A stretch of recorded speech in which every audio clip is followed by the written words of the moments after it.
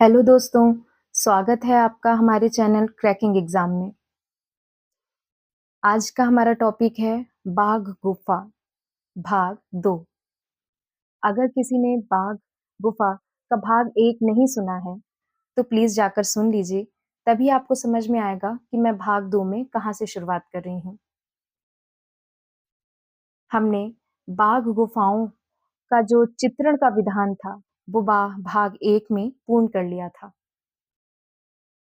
अब बाघ की गुफाओं का समय निर्धारण क्या था, इसके विषय में भी जानना जरूरी है, क्योंकि ये भी क्वेश्चंस आते हैं एग्जाम में। इस गुफा में क अक्षर हिरोजी रंग जैसे लाल, हरे रंग का मिश्रण और भूरा से लिखा मिलता है। देवनागरी लिपि का समय निर्धारण करते हुए विद्वानों ने इसे 6 से 7वीं शताब्दी ईस्वी का माना है। बीसेंट स्मिथ महोदय ने इन गुफाओं का चित्रण समय 626 से 628 के मध्य माना है। राजा सुबंधु का ताम्रपत्र गुफा संख्या 2 से मिला। इसका निर्माण काल भी 416 से 466 के मध्य ही मानते हैं। नोट एंड इम्पोर्टेंट चीज, सभी विद्वानों का मत देखने के पश्चात यह निष्कर्ष निकलता है कि बाघ गुफाएं 5वीं शताब्दी में निर्मित हुई होंगी तथा 6 से 7वीं शताब्दी में इसमें चित्रण कार्य हुआ होगा। इन गुफाओं का चित्रण काल अजंता की गुफा संख्या 1 के समकालीन है। आपको जैसा कि पता है, मैंने भाग 1 में भी बताया है कि यह गुफा गुप्त वंश से संबंधित है। बाघ की गुफाओं की कुछ विशेषताएं भी हैं। बाघ की गुफाएं केवल बौद्ध धर्म का ही चित्रण नहीं है, बल्कि नृत्य, गान, गजारोहण आदि के अलावा स्त्रियों की विभिन्न अवस्थाओं को, जैसे कि प्रेम, विरह आदि का बखूबी अंकन करती हैं। जीवन में उल्लास व आनंद की जितनी अभिव्यक्ति बाघ के चित्रों में हमें देखने को मिलती है, उतनी अजंता के चित्रों में नहीं मिलती। आकृतियों के अंग प्रत्यंग का अनुपात, मुद्राएं तथा संयोजन सभी बिल्कुल परिपक्व शैली के तरह हैं। प्रकृति में इसका अंकन बड़ा ही अद्भुत है।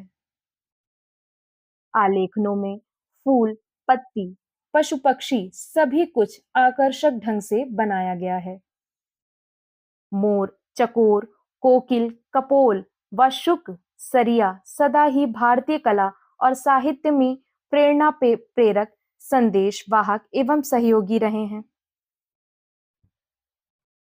बाघ की गुफाओं में कुछ चित्र भी हैं जिनके विषय में हमें जानना चाहिए, जो कि पेपर में पूछा जा सकता है कि मान लीजिए वियोग का चित्र जो है वो कौन सी गुफा में है।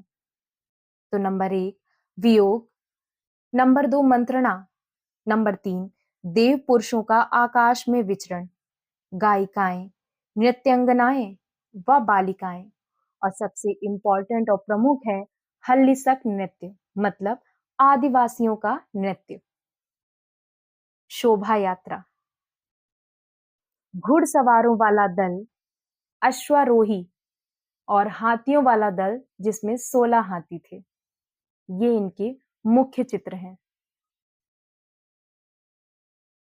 जैसा कि हम सबको पता है कि बाघ की जो 5 तो मैंने नाम बताए थे, छठी गुफा में भी शिक्षकों का निवास स्थान बताया गया है।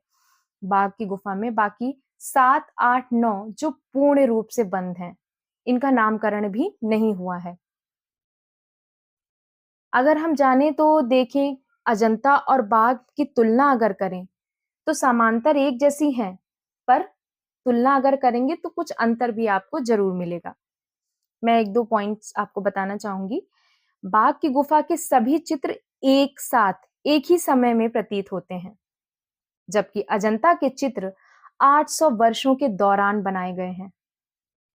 बाघ के बरामदे के चित्रों की उपलब्धि विशेष है, जबकि अजंता के बरामदे ध्वस्त हो चुके हैं।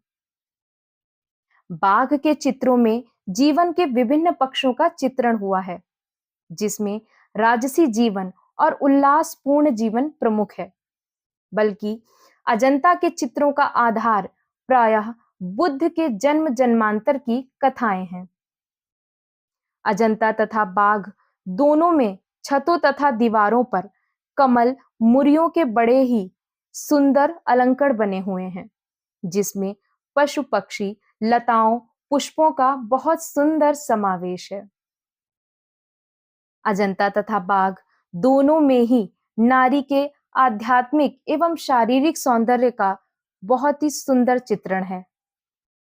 बाघ में रेखा, रूप, रंग, संयोजन, भित्ति, चित्रण की प्रक्रिया, वर्तनी एवं भावाभिव्यक्ति आदि सभी कुछ अजंता के चित्रों जैसा ही है। इसीलिए बाघ और अजंता के चित्रों में समानता है। अब हम कुछ इसके क्वेश्चंस भी जान लेते हैं बाघ की गुफाओं के। जैसे मान लीजिए, धार जिले में स्थित बाघ गुफा किस राज्य के अंतर्गत आती है?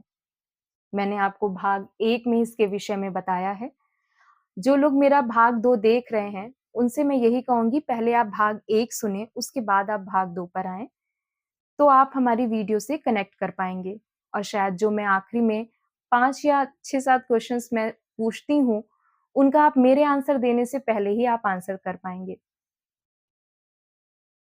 मैंने पूछा, धार जिले में स्थित बाघ गुफा किस राज्य के अंतर्गत आती है?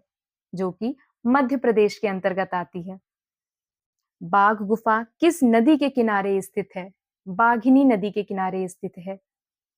बाघ गुफा की खोज सर्वप्रथम किसने की थी? तो डैंगरफील्ड ने की थी 1818 में। 1920 में किस चित्रकार ने बाघ की गुफाओं के चित्र की प्रतिलिपियां तैयार की थी? मुकुल डे ने। 1921 में किन 2 कलाकारों ने बाघ चित्रों की प्रतिलिपियां तैयार की थी? असित कुमार हल्दर और नंदलाल बोस। ये देखिए, दो कलाकार इसीलिए दिए गए होते हैं कि आपको थोड़ा सा कंफ्यूज कर सकें और आपकी आईक्यू लेवल का जांच कर सके कि आपने कितना डीपली जाके पढ़ा हुआ है। मैंने भाग 1 में इसके विषय में बताया है। बाघ में कुल कितनी गुफाएं हैं? सभी को पता है, बाघ में कुल 9 गुफाएं हैं, जिसमें से 6 में तो चित्र हैं, बाकी 7, 8, 9 के चित्र गायब हैं। मतलब वो गुफाएं बंद हैं, इसीलिए उनका कोई नाम भी नहीं है।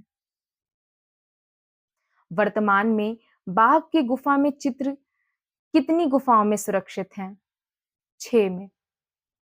पूर्ण तरीके से 5 में। उम्मीद करती हूँ हमारा बाघ गुफा का ये जो वीडियोस हैं दोनों, आपको पसंद आए होंगे। अगर आपको हमारे वीडियोस अच्छे लगते हैं, तो प्लीज़ हमारे चैनल को सब्सक्राइब करें, वीडियो को लाइक करें और शेयर करें, और बेल आइकन को भी ज़रूर प्रेस करें, जिससे हमारे आने वाले वीडियोस के बारे में आपको जानकारी मिल सके। धन्यवाद। हेलो दोस्तों, स्वागत है आपका हमारे चैनल